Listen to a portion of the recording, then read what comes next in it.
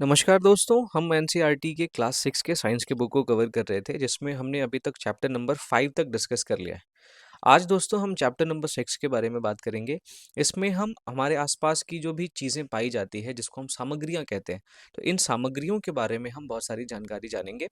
सबसे पहले हम समझते हैं कि सामग्री क्या होती है, लेकिन उससे पहले आई एम योर दोस्त Rahul Sharma and I welcome you all to Rahul Sharma education.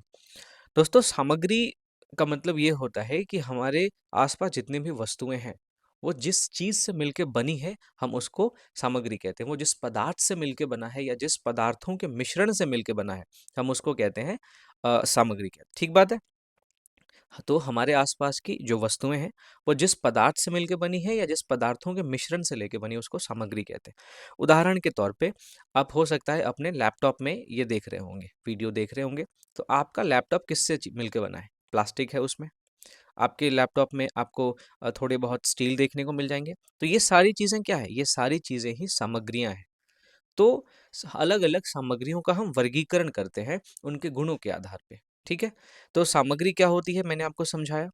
तो एक इम्पॉर्टेंट इन्फॉर्मेशन है टेराकोटा के बारे में। टेराकोटा क्या होता है? ये आग में पकी हुई मिट्टी को कहते हैं।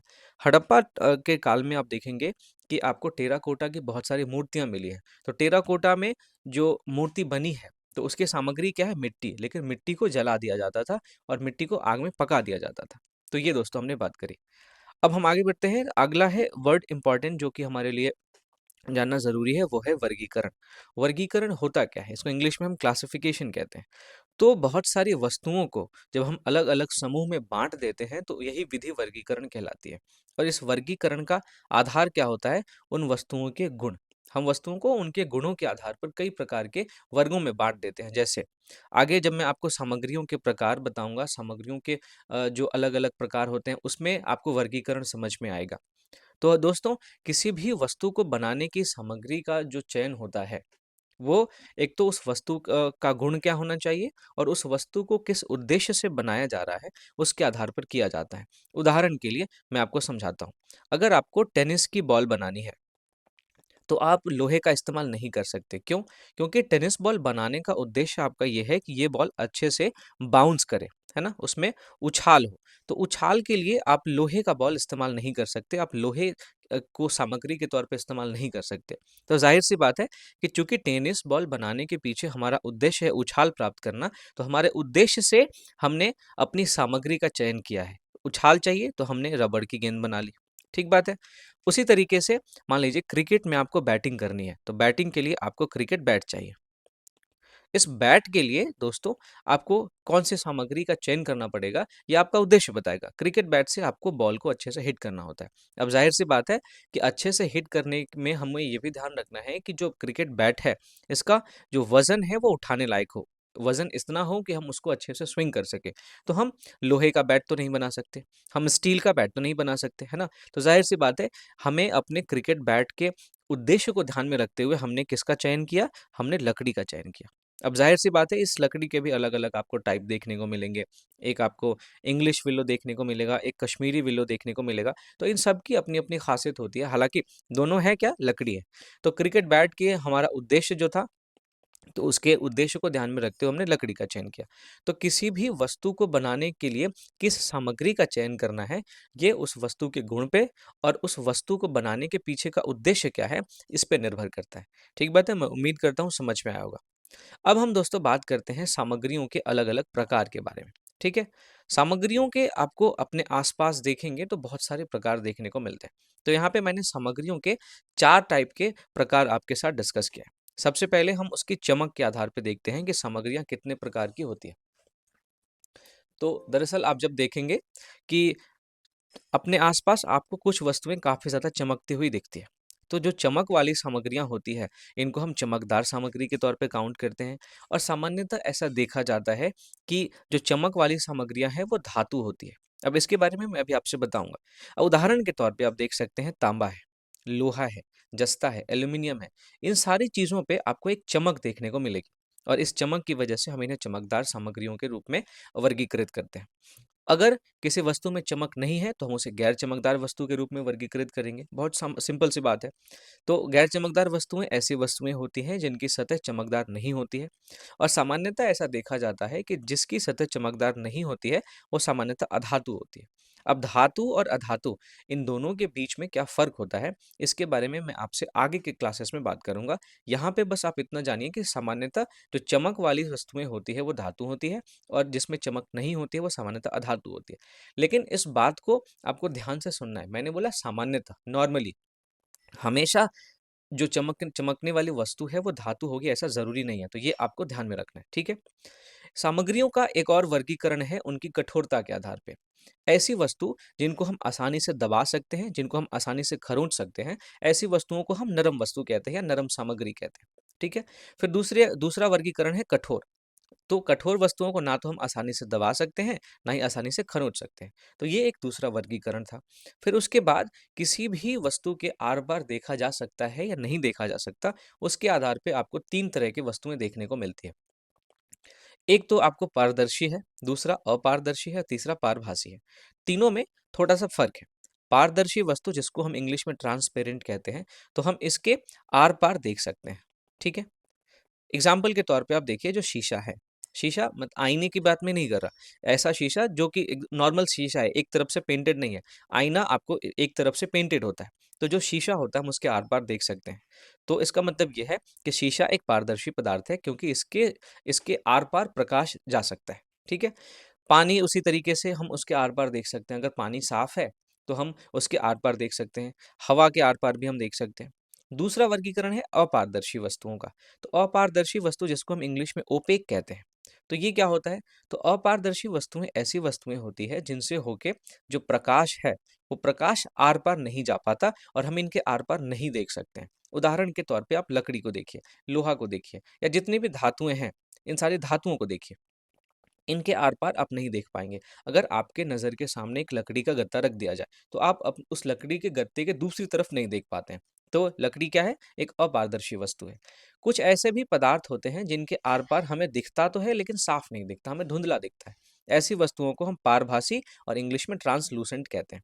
उदाहरण के तौर पे बटर बटर पेपर, जैसे बटर पेपर जो है वो एक ट्रांसलूसेंट वस्तु का उदाहरण है। जो फ्रॉस्टेड काँच है, फ्रॉस्टेड कांच जो है वो भी एक ट्रांसलूसेंट वस्तु का उदाहरण है, क्योंकि इसके आर पार हमें दिखता तो है लेकिन साफ साफ नहीं दिखता। तो ये चीज आपको ध्यान में रखनी है। तो ये तीसरा वर्गीकरण था। एक और वर्गीकरण आप देखेंगे कि किसी भी वस्तु के जल में घुलनशील होने के गुण के आधार पर दो तरीके की वस्तुएं होती है। एक होता है घुलनशील, दूसरा होता है अघुलनशील। तो घुलनशील वस्तु नाम से ही पता चल रहा है, जो जल में घुल जाए, जैसे चीनी है, नमक है। दूसरा वस्तु होता है अघुलनशील, जो जल में ना घुले, जैसे रेत है, पत्थर है। तो ये एक वर्गीकरण था। अब आपसे यहाँ पे मैंने जिन भी घुलनशील या अघुलनशील पदार्थों की बात की, ये सारे के सारे ठोस हैं। तो सवाल ये उठता है कि क्या जल में ठोस के साथ साथ द्रव और गैस भी घुल सकते हैं? तो इसका जवाब है हाँ, जल में ठोस के साथ द्रव और गैस दोनों घुल सकते हैं। क्योंकि अगर आप देखें तो जैसे दूध में अगर आप पानी को मिलाएं तो दोनों ही द्रव है, तो जल में दूध भी घुल जाता है। फिर जल में आप देखेंगे जो ऑक्सीजन गैस है वो भी घुली रहती है, और यही जल में ऑक्सीजन गैस के घुले होने के कारण हमारा जो समुद्री पारितंत्र है, समुद्री पारितंत्र के जो भी जीव हैं वो जिंदा रह पाते हैं इस वजह से, क्योंकि जल में ऑक्सीजन घुल पाता है। तो जल में घुलनशील ठोस भी है, जल में घुलनशील द्रव भी है, और जल में घुलनशील आपका गैस भी देखने को मिलता है, ठीक है। अगला इंपॉर्टेंट कॉन्सेप्ट है द्रव्यमान का, कि द्रव्यमान जो है वो सामग्री का एक और गुण है जिसके आधार पे हम सामग्री को भारी या हल्के में बांटते हैं, ठीक है। तो चलिए, द्रव्यमान होता क्या है, सबसे पहले हम इसको समझते हैं। तो कोई भी वस्तु जिस पदार्थ से मिलके बनती है, तो किसी पदार्थ में उपस्थित द्रव्य की जो मात्रा होती है उसको हम द्रव्यमान कहते हैं। फॉर एग्जाम्पल, अगर ये मान लीजिए लोहे का एक रॉड है, तो जाहिर सी बात है कि ये लोहे से भरा हुआ है, लोहे से मिलके बना है। तो इसमें कितने लोहे का इस्तेमाल हुआ है, हम इसी को द्रव्यमान कहते हैं। तो द्रव्यमान, इसकी परिभाषा ये हो गई। अब द्रव्यमान के आधार पे हम सामग्रियों का एक और वर्गीकरण करते हैं, भारी और हल्की सामग्री में। अगर किसी वस्तु का द्रव्यमान ज्यादा है तो वो भारी कही जाती है, किसी वस्तु का द्रव्यमान कम है तो वो हल्की कही जाती है।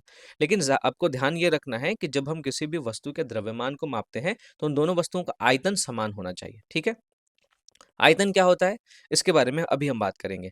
तो आयतन दोस्तों कोई भी वस्तु जितना स्थान घेरती है उसको हम आयतन कहते हैं। फॉर एग्जाम्पल, अगर आपने अपने घर में देखा होगा, अगर ये एक बक्सा है तो इस बक्से ने कुछ स्थान घेरा हुआ है, वो इसका क्या है, आयतन है।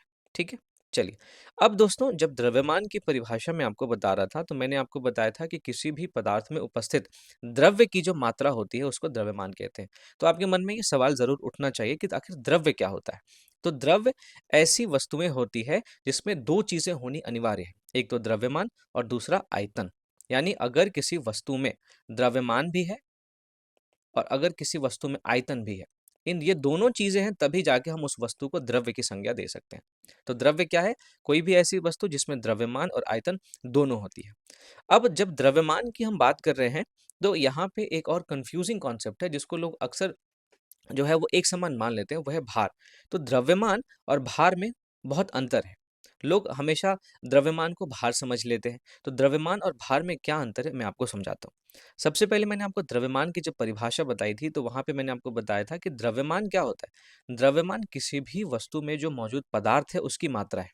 वहीं किसी भी वस्तु का भार क्या होता है, तो पृथ्वी हमारे जमीन के ऊपर या हवा में पृथ्वी के ऊपर जितनी भी वस्तु है उस पे पृथ्वी द्वारा एक बल लगाया जाता है जिसे हम गुरुत्वाकर्षण कहते हैं।